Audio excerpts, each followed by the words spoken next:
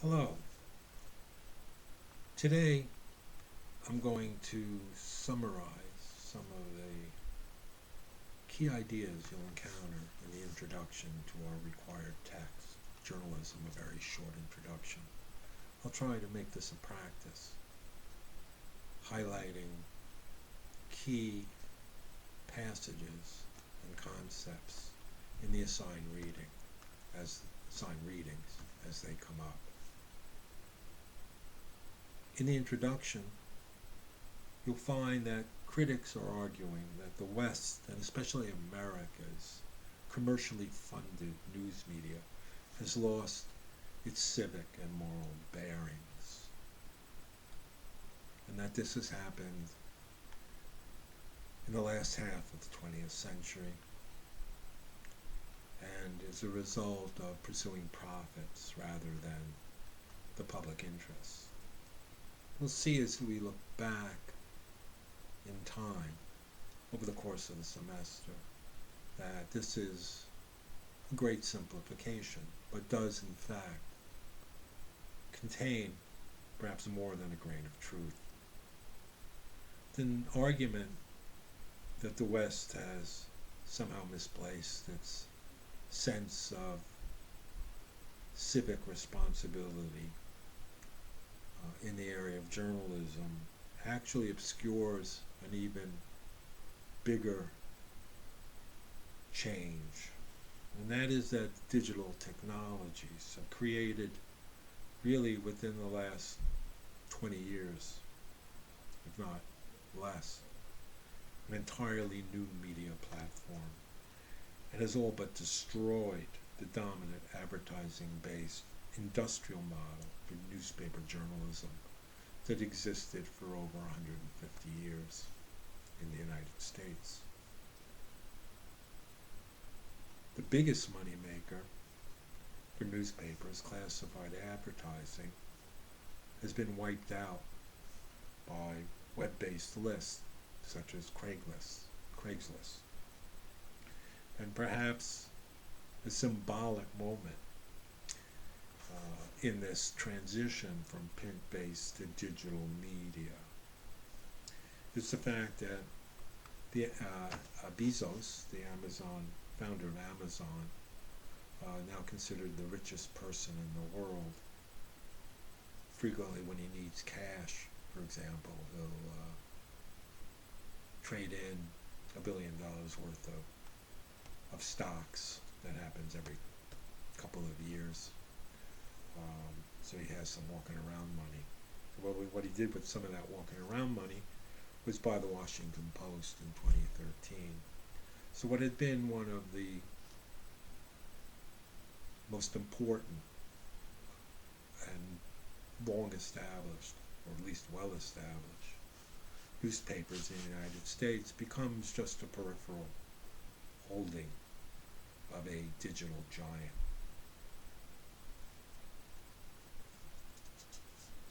All sorts of questions arise from these vast changes in how information is gathered, packaged, and consumed. Among those questions is whether democracy can actually prosper without a robust fourth estate that would hold politicians, corporations, and others accountable.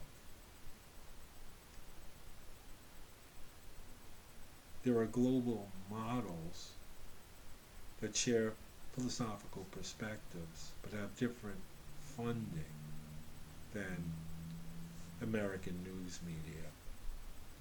In the United Kingdom, for example, there's a licensing fee that funds the BBC. The licenses come from the purchase of televisions and other electronic equipment by members of the public. In Scandinavian countries, tax subsidies, tax breaks in other words, help protect newspapers from the vagaries of the economy. Is it possible that a fifth estate will emerge in the United States?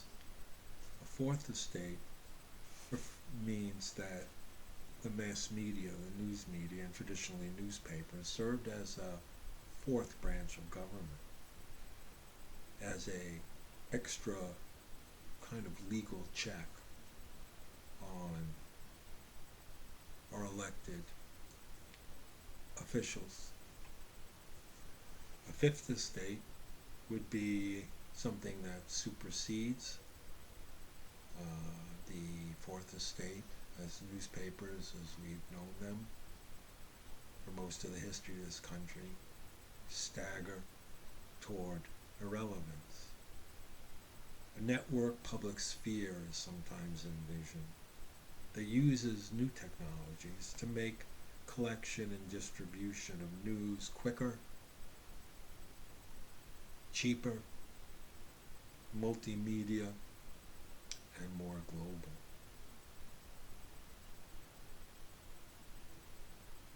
Everything from a hyper-local news coverage, I mean literally publications that, online publications, that focus on a neighborhood, not a city or a region or a town, but literally a neighborhood. Soho, Gramercy Park, Harlem, just a few square miles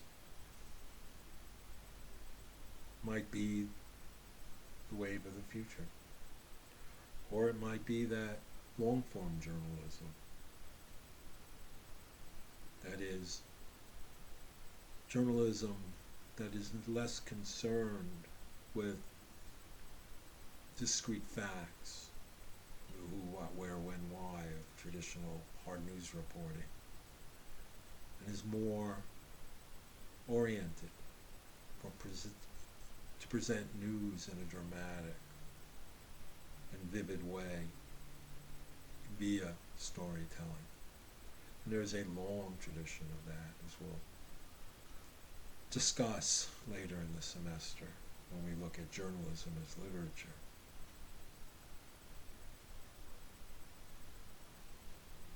Will there be collaboration with other institutions? Politico and universities, for example. Politico is an online publication, and universities, or Politico and TV stations or networks, news networks, or the news division of TV networks, have collaborated on in-depth investigative reporting that can no longer really be done by newspapers alone as they suffer through their long decline. So journalism, as the introduction points out, is at a crisis stage. Crisis, in the true meaning of the word, means turning point. It doesn't mean bad, it doesn't mean good. What it means is that journalism is suffering through an identity crisis, trying to decide as we go deeper into the 21st century who it is, what it's for, and can it survive with the purpose